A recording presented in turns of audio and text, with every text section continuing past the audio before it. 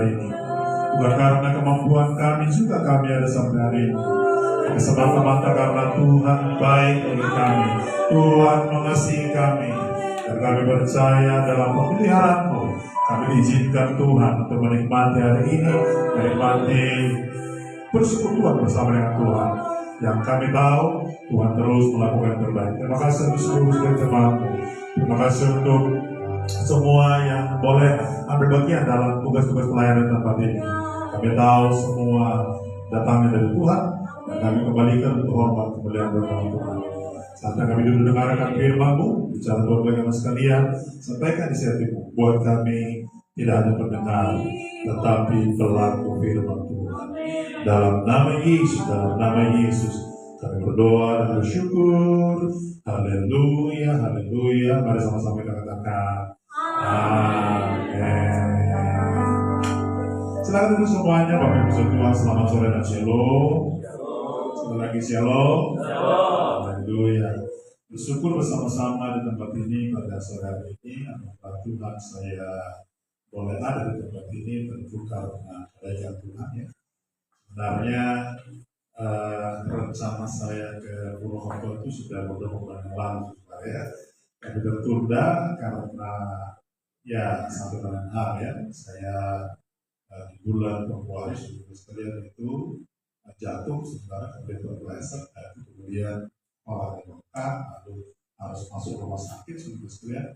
Sebetulnya 6 hari rumah sakit sudah sembuh, tapi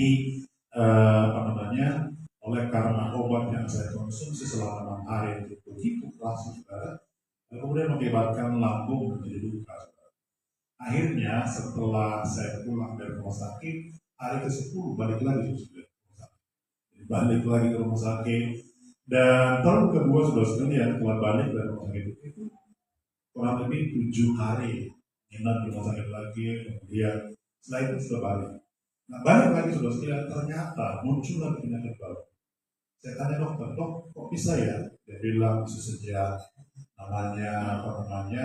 lambung bermasalah, obat tidak cocok, segala macam bisa.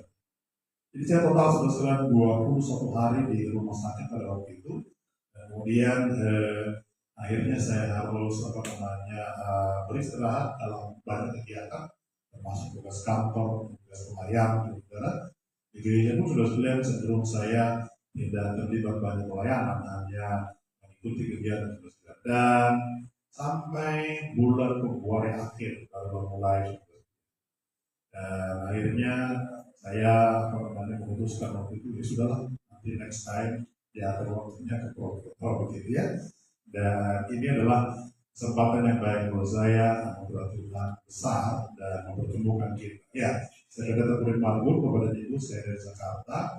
Saya melayani di Gereja Indonesia di Jemaat Amananggar di Jakarta. Saya punya latar belakang sudah sekalian dari pendeta di kampung halaman di Sumatera sana, kemudian sekolah di Jakarta tahun 90, selesai 94, sudah sekalian saya aktifkan diri tugas-tugas pekerjaan di sekolah sebagai guru saudara sampai dengan 96 saya kemudian sekolah lagi tingkat lebih lanjut saudara, dan mulai 98 saya bergelut di dunia pelayanan dan kemudian di dunia organisasi sampai dengan hari ini 2023 saudara. Saya percaya semua yang mengadakan anugerah Tuhan ya, dan kami punya keluarga tinggal di Jakarta saudara. Walaupun pekerjaan kami cukup banyak juga sebenarnya kalau harus bepergian dari Jakarta ke Jogja saudara. Jogja kami punya sedikit usaha di sana, sekaligus juga anak kami sekolah di UGM, jadi kadang-kadang Jakarta, Jogja, Jakarta, Jogja begitu ya. Dan ya lumayan sih dunia urusannya, tetapi menariknya adalah Tuhan tolong, Tuhan berkati, dan Tuhan luar biasa dari ya.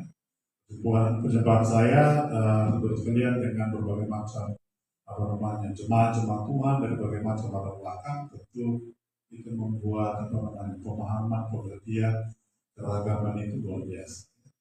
Makanya kadang-kadang saudara sekalian saya berpikir begini, kita nggak pada waktunya lagi kemudian harus mematok diri dalam dalam satu kelompok. Misalkan, oh iya kita hanya untuk orang Pentakosta saja, enggak seperti. Semua orang yang kemudian adalah menamakan diri orang Kristen itu menjadi bagian yang memang layak artinya untuk kita layani kapanpun dan dimanapun. Sehingga menurut saya sekat-sekat gereja dan organisasi termasuk juga sinode tidak lagi pada tempatnya untuk kemudian menghambat kita untuk melayani berbagai macam orang. Karena itu kita percaya Tuhan tempatkan kita di dunia ini.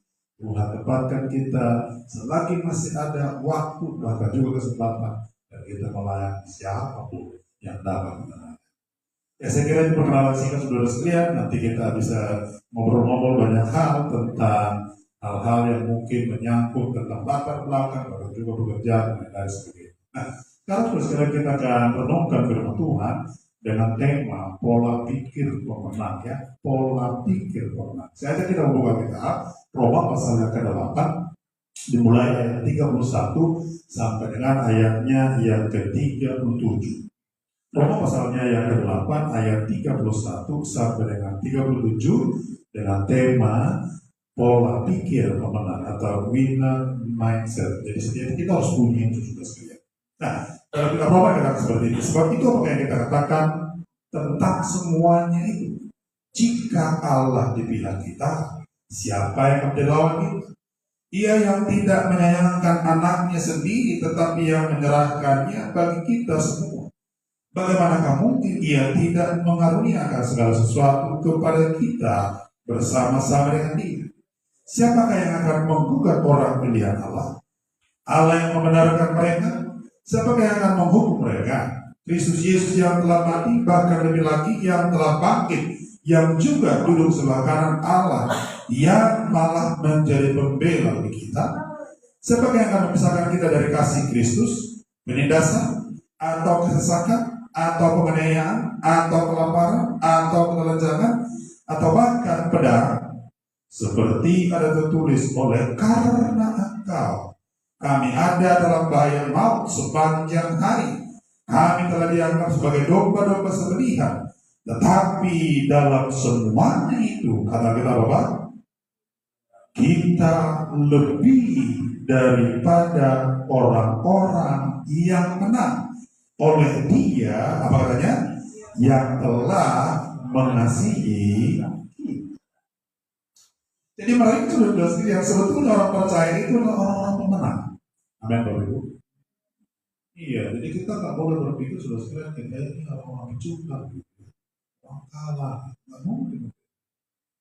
Kita harus sadar betul, ini Alkitab katakan, kamu lebih daripada mana. Nah pertanyaannya adalah dimulai dari mana? Dimulai dari pola pikir. Sebab ada sudah sekalian pemahaman apa yang kita lakukan sekarang, titik berangkatnya itu dari pola pikir. Yang kita pikirkan itu kemudian kita ucapkan. Yang kita ucapkan itu kemudian kita lakukan. Yang kita lakukan itu kemudian menjadi kebiasaan. Dan sesuatu yang menjadi kebiasaan itu akhirnya menjadi apa? Jadi berawal dari mana? Berawal dari pola pikir. Sama. Orang yang mau menang saudara-saudara itu berawal dari pola. Makanya saudara sekalian, sebagai orang percaya, warga gereja yang percaya Tuhan, mari kita benahi pola pikir kita. Amin Bapak Ibu. Jadi jangan mengatakan diri yang orang kecil, orang kerdil, tak punya. Saudara, Tuhan ciptakan kita itu luar biasa. Sebenarnya ya, kalau kita belajar segala bagaimana penciptaan manusia dan terjadinya kita lahir ke muka bumi, dalam ilmu biologi kan saudara sekalian, ketika terjadi pertemuan sel telur dengan sel sperma, itu kan jutaan. Lalu ketika terjadi pertemuan dan kemudian dibuahi, maka bertumbuh dalam janin dan lahirlah kita, entah itu wanita, entah itu pria, kita sudah menjadi. Bayangkan, jadi dari janin saja sudah sekalian kita dibentuk dan kemudian jadi, itu jadi pemenang. Kenapa? Karena dibuat sel-sel yang lain itu tidak dibuat, sel telur yang lain tidak dibuat. Jadi kalau kita sampai lahir sebetulnya kita juga pernah. Nah, saya percaya terus kan, harusnya dalam hidup ini kita belajar untuk memiliki pola pikir. Nah, Roma pasal yang ke-8 ayat yang ke-37 ini sudah sekali lagi mengatakan apa? Tetapi dalam semuanya itu kita lebih daripada orang-orang menang oleh Dia. Nah, kalimat ini penting. Artinya gini, menang bukan karena kita, bukan karena kemampuan kita. Kadang-kadang ada banyak orang sombong.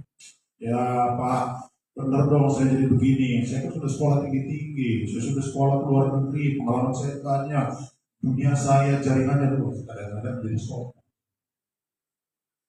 Kita harus sadar kalau kita menang karena Dia yang menang. Kalau kita menang itu bukan karena kita, tapi karena Dia. Makanya belajar untuk mengerti sudah sekalian apa saja yang Tuhan lakukan ataupun apa saja yang terjadi pada kita, itu semua sebetulnya seizin daripada Dia. Saya kali bergurung sudah sekalian berkata begini, ya kok Tuhan bisa izinkan sampai sejauh ini. Setelah kalau saya cerita, saya tinggal di dulu itu di kampung halaman yang sangat terpencil. Saking terpencilnya sudah sekalian, waduh, tidak ada di atas bumi Indonesia. Jadi saya kadang-kadang komplain, saya bilang ini jangan-jangan saya ini bukan Indonesia. Masa tempat saya, daerah saya saja tidak ada dalam Indonesia. Baru kemudian sekitar 2000 lah, 2000 sekian. Kemudian atas bumi Sumatera Utara itu kemudian baru diperbarui. Udah mulai ketemu. Ada Kabupaten Tapanuli Utara, ada Kabupaten ini, ada kecamatan ini, ada desa ini. Nah, baru ketemu desa saya, desa Putih. Jadi dulu selama 90 sudah kuliah. Itu kalau kita buka atlas bumi, kemudian lihat peta Sumatera Utara begitu, lihat berbagai macam provinsi. Jadi saya komplain itu. Gitu kan. Saya pikir masa sih diskriminasi begini. Tapi sudah sekalian, ternyata orang yang tidak ada di atlas bumi Indonesia, di atlas Sumatera Utara itu, ternyata Tuhan panggil dia kan. Saya merasa bahwa ini adalah satu luar biasa. Nah, dan itu juga kemenangan itu diawali dari orang-orang yang punya pola pikir positif. Saya kasih kisah dulu sekalian satu di sini, namanya adalah Kelly Gnating, saudara sekalian. Ini adalah pegulat luar biasa dari Amerika. Kelly Gnating, saudara sekalian, bobot tubuhnya itu adalah 181,5 kg. Soalnya luar biasa. Ya. Antara kita kan di sini saya yang paling besar, pasti timbangannya lebih besar. Timbangan saya sudah sekalian masih kalah jauh daripada Kelly Gnating, hampir separuh sudah ya. Ada bayangkan?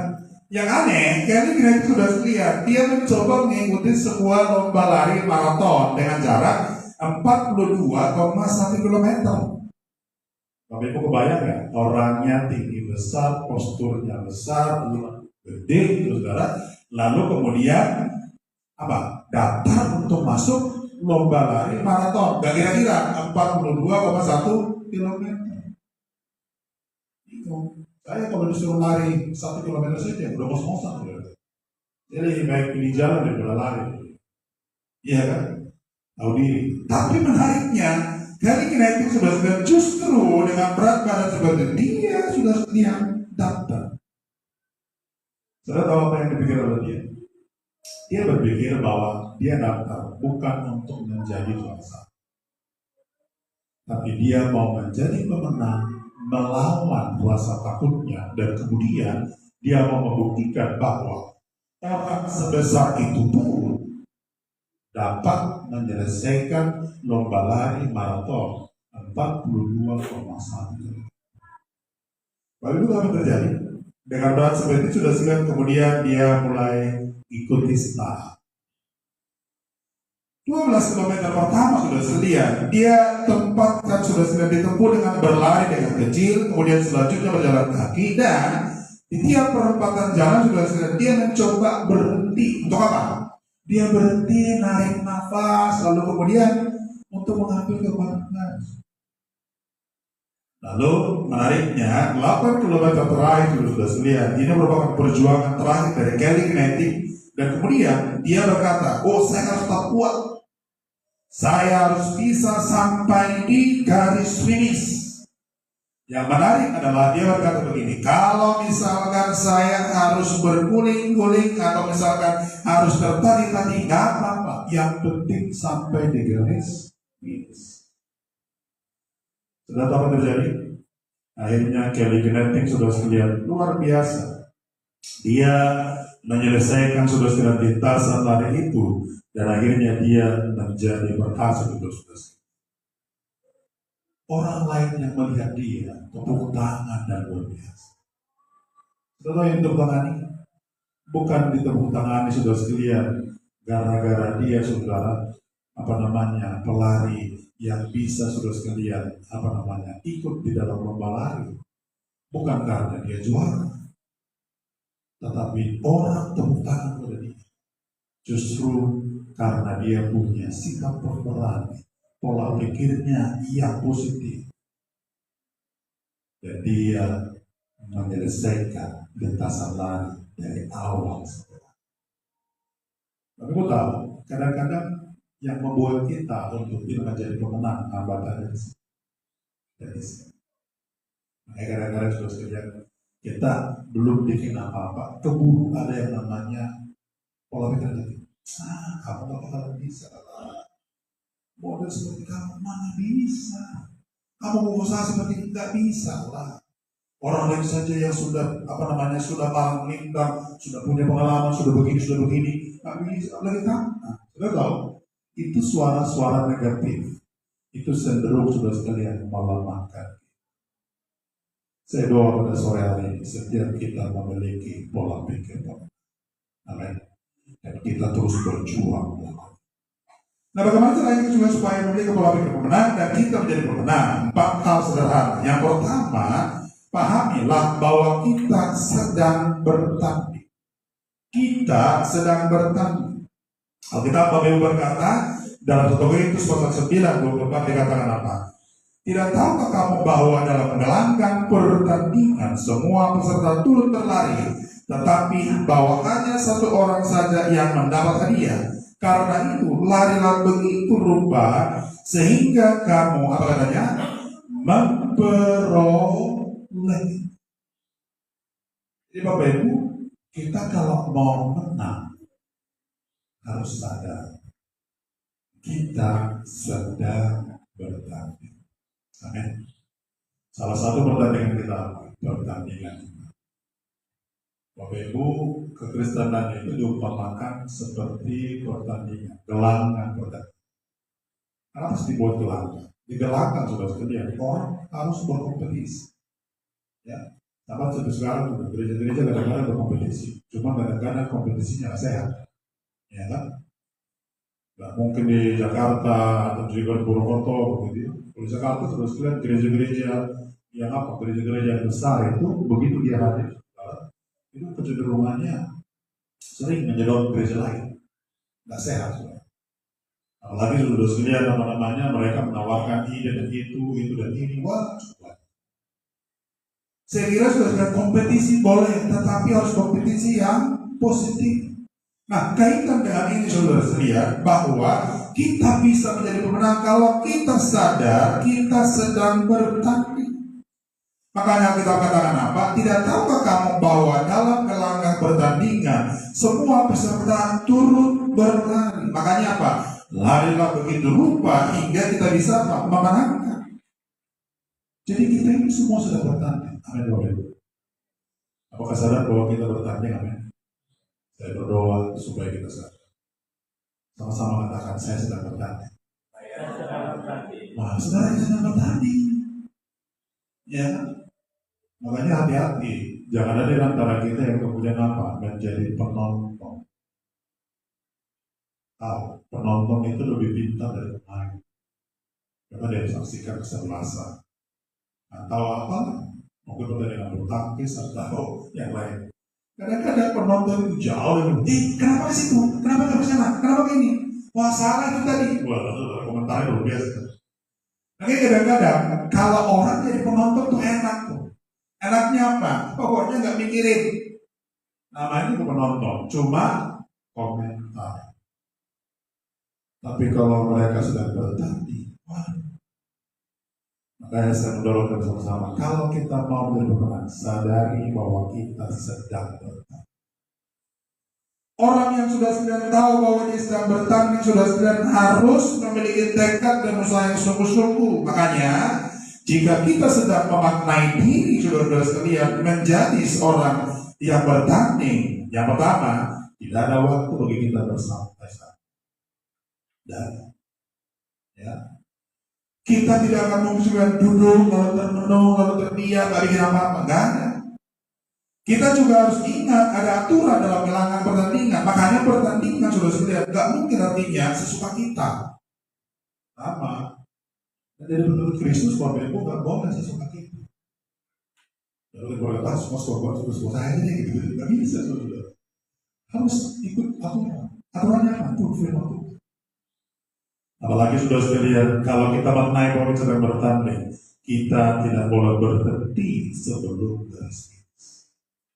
Makanya kita kalau memaknai pertandingan iman, kita harus berkata apa? Sampai garis finish, sampai garis akhir.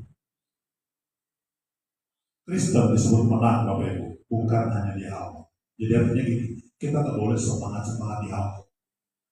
Saya dalam pemandangan saya melayani sudah juga 20 sekian tahun. Sekarang mungkin tahun ke-25.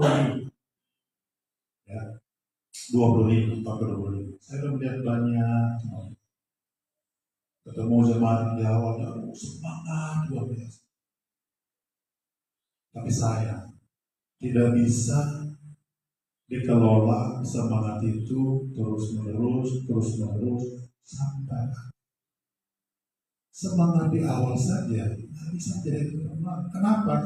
Karena menang itu bukan nyaman, tapi sampai akhir. Jadi sudah kalau kita tahu bahwa ini adalah sebuah pertandingan, tidak boleh berhenti sebelum garis finish. Itu sebabnya kita harus mengatur ritme perjalanan kita. Artinya apa? Kita harus atur sudah ritmenya kita. Ya kan cuma sebentar doang kita cuma semangat luar biasa ya. Dia namanya Pentakosta zaman dulu gitu kan. Api Pentakosta punya, ku biarkan menyala. Api Pentakosta punya, ku biarkan menyala di hatiku. Gitu. Apalagi kalau sudah kebaktian 10 malam setelah hari Kemenang. Masih ada nggak di gereja? Puji Tuhan. Berarti melestarikan hal-hal seperti itu. Itu belajar bersedia. Ya pengalaman saya dulu kan seperti itu. Jadi kalau di gereja Indonesia, memang kalau di Jakarta sudah mulai agak beragam. Ada yang model-model klasik Pentakosta, yang seperti ini dipelihara gitu. Tapi bagi sebagian Ustaz kapan saja dengan saja katanya.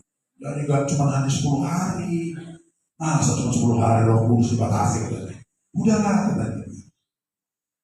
Tapi menurut saya terus kalau ada orang yang memperhatikan dan melestarikan ibadah 10 malam terus, itu latihan kesetiaan, latihan disiplin.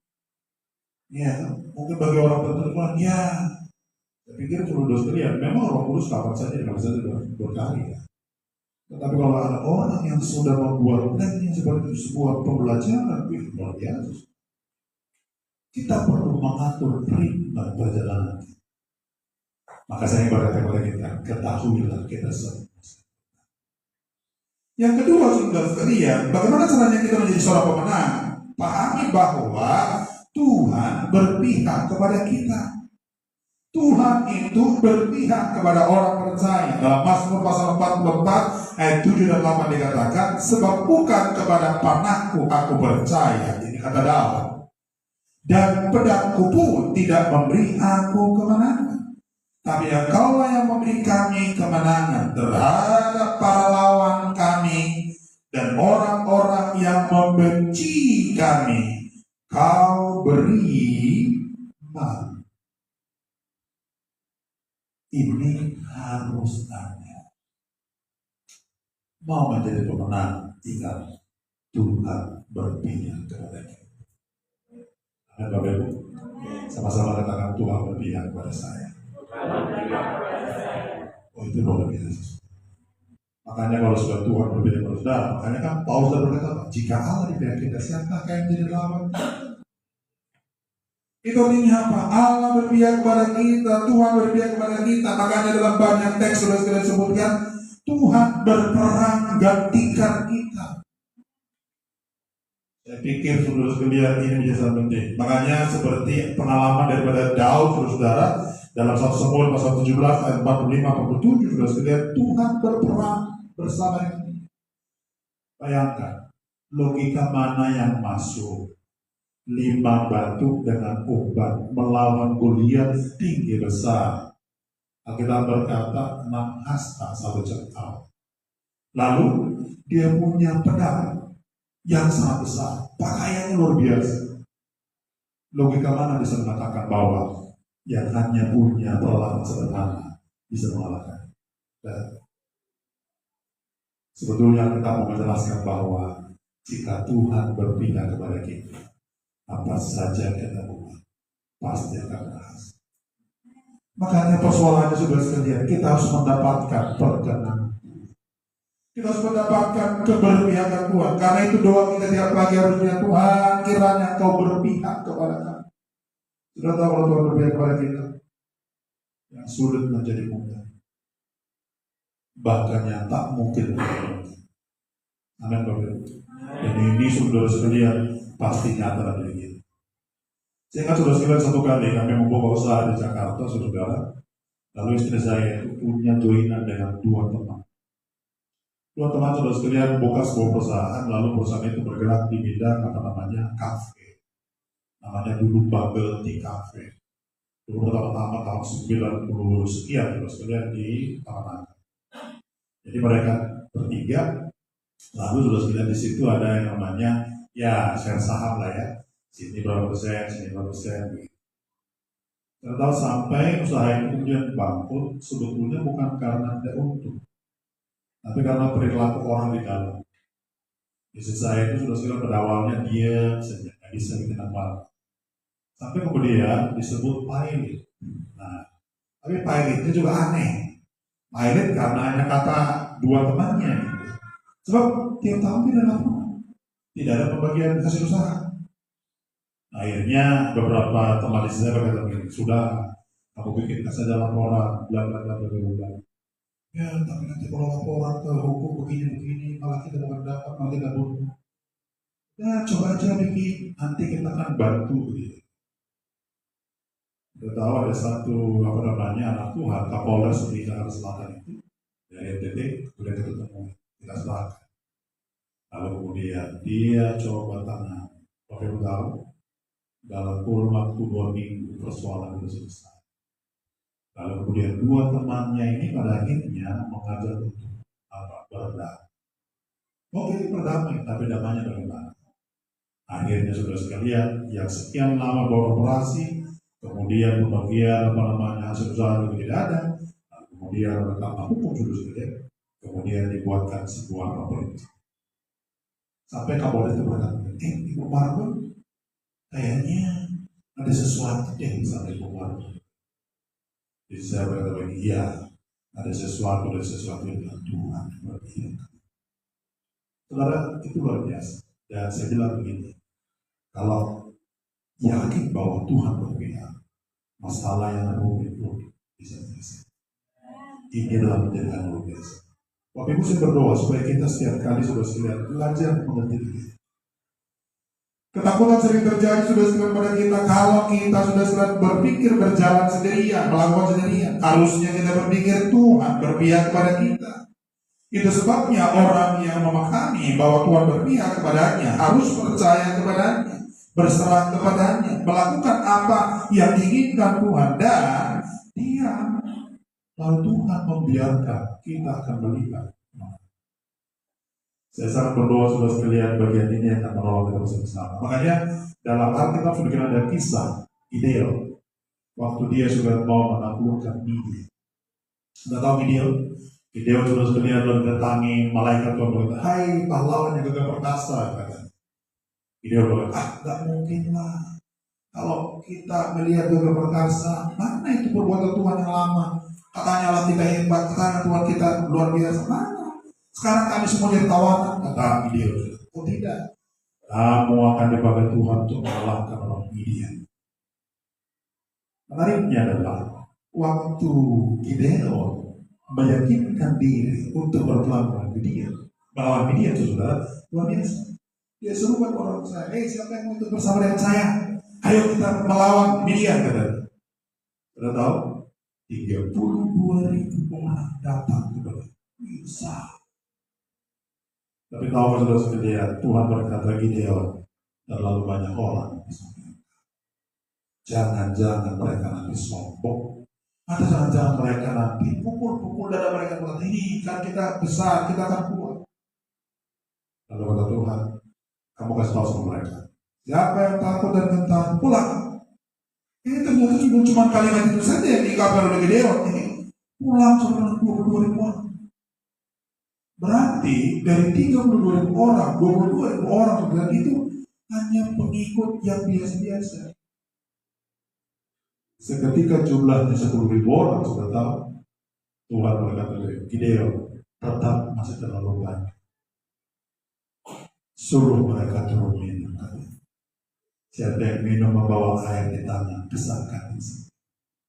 Tapi siapa yang minum dengan seperti anjing menjilat, pisahkan sendiri. Jadi sudah tahu, ketika Gideon melakukan itu, membawa air di tangan, ada 300 orang. Lalu Tuhan berkata, dengan 300 orang ini, saya akan salahkan dia. Tapi kok bisa nggak kira-kira kita berpikir positif? Atau bisa nggak kita berpikir dengan logika? Bagaimana ceritanya 300 orang dipimpin Gideon mengalahkan satu bangsa besar? Kalau sampai itu terjadi, cuma satu kesimpulan, Tuhan berpihak kepada Gideon. Tuhan berpihak kepada Gideon. Makanya sudah lihat, apa saja yang sulit dalam hidup ini, kalau Tuhan berpihak kepada kita, sangat berdoa saudara sekalian, kita akan mengalami pertolongan Tuhan. Katakan amin.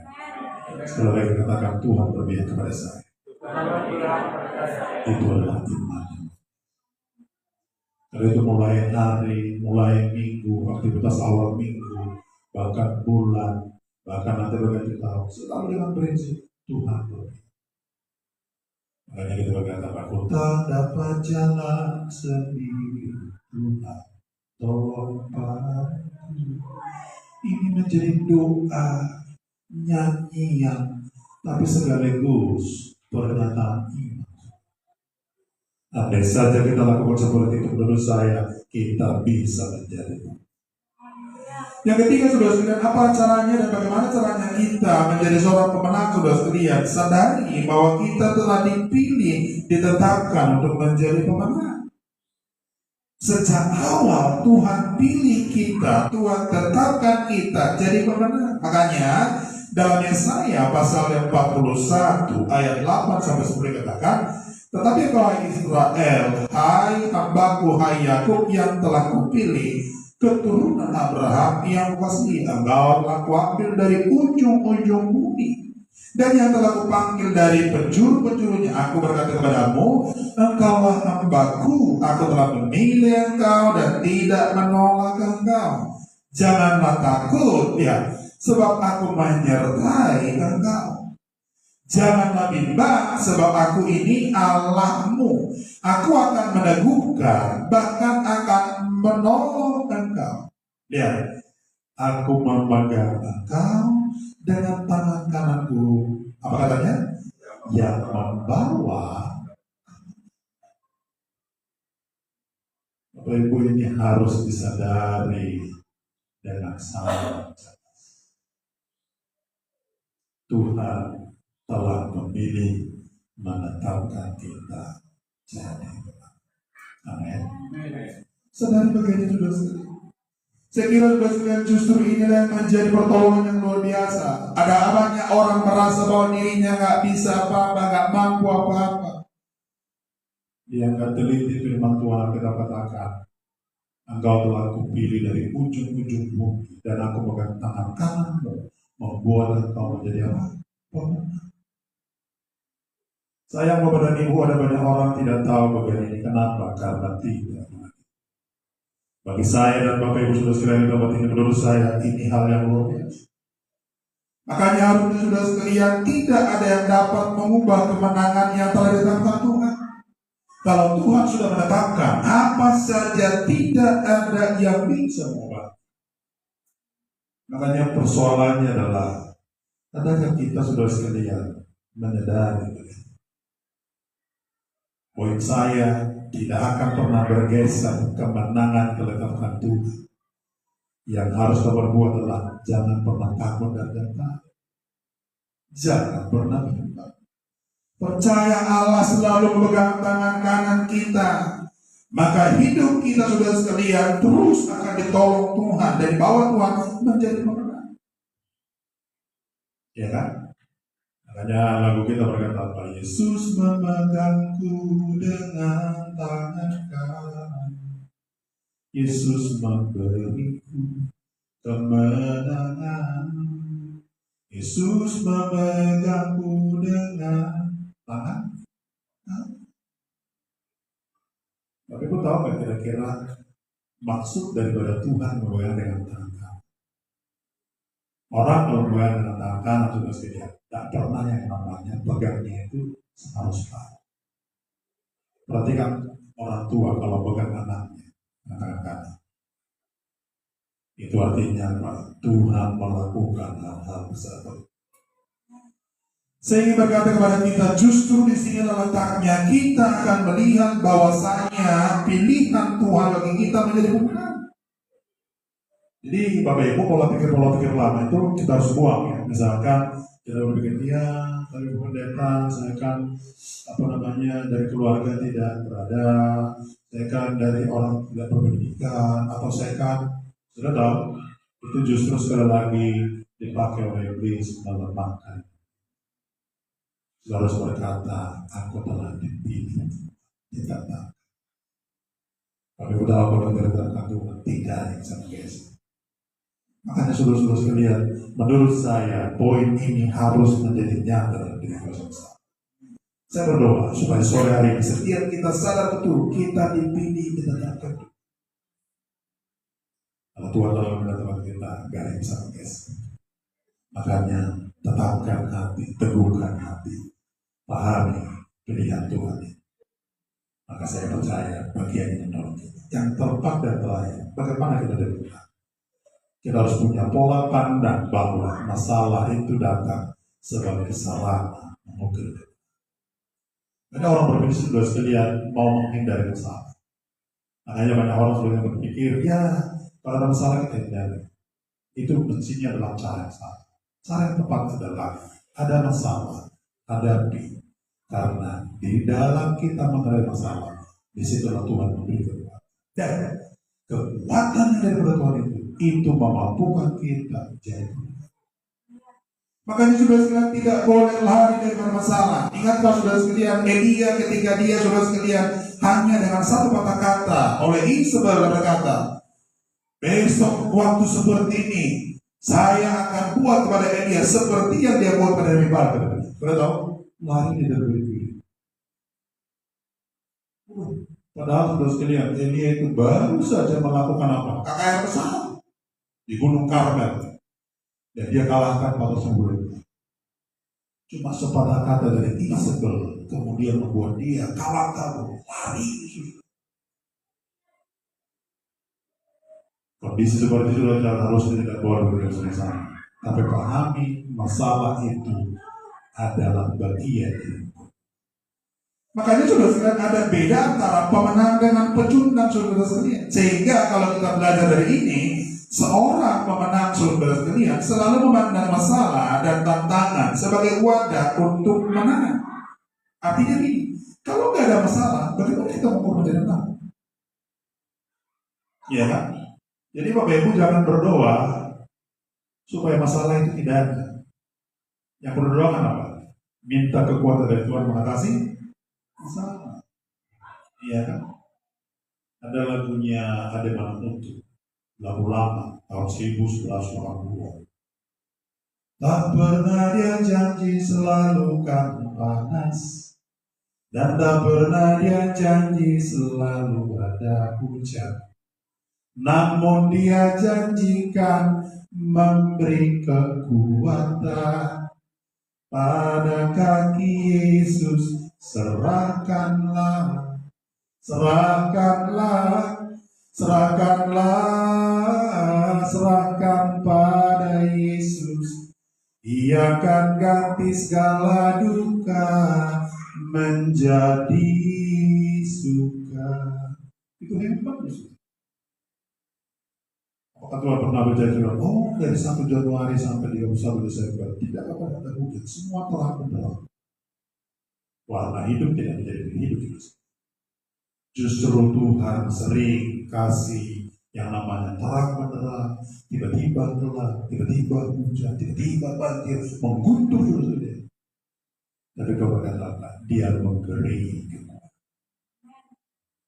Beda dengan pecundang, saudara-saudara. Pecundang adalah orang-orang yang kalah memandang masalahnya, tantangan sebagai kesulitan dan menjadi beban.